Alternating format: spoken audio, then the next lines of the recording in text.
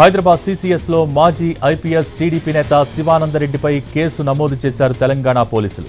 బుద్వేల్లో 29 ఎకరాల ల్యాండ్ వ్యవహారంలో ఆయనపై కేసు ఫైల్ చేశారు. శివానందరెడ్డితో పాటు పలువురు వ్యాపారవేత్తలపై కేసులు బుక్ అయ్యాయి. ఈ క్రమంలో శివానందరెడ్డిని అరెస్ట్ చేసేందుకు సీసీఎస్ పోలీసులు నంద్యాల వెళ్లారు. 2-3 గంటలు శివానందరెడ్డి తెలంగాణ పోలీసుల మధ్య చర్చలు జరిగాయి.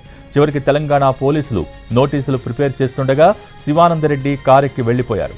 వెంబడించే ప్రయత్నం చేసినా ఆయన దొరకలేదు. శివానందరెడ్డి కోసం కర్ణాటక, ఏపీలో పోలీసులు గాలిస్తున్నారు.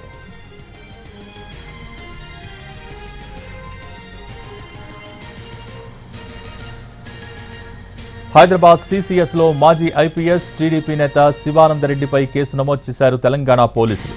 బుద్వేల్లో 29 ఎకరాల ల్యాండ్ వ్యవహారంలో ఆయనపై కేసు ఫైల్ చేశారు. శివానందరెడ్డితో పాటు పలువురు వ్యాపారవేత్తలపై కేసులు బుక్ అయ్యాయి. ఈ క్రమంలో శివానందరెడ్డిని అరెస్ట్ చేసేందుకు సీసీఎస్ పోలీసులు నంద్యాల వెళ్లారు. 2-3 గంటలు శివానందరెడ్డి, తెలంగాణ పోలీసుల మధ్య చర్చలు జరిగాయి. చివరికి తెలంగాణ పోలీసులు నోటీసులు ప్రిపేర్ చేస్తుండగా శివానందరెడ్డి కారెక్కి వెళ్లిపోయాడు. వెంబడించే ప్రయత్నం చేసినా ఆయన దొరకలేదు. శివానందరెడ్డి కోసం కర్ణాటక, ఏపీలో పోలీసులు గాలిస్తున్నారు.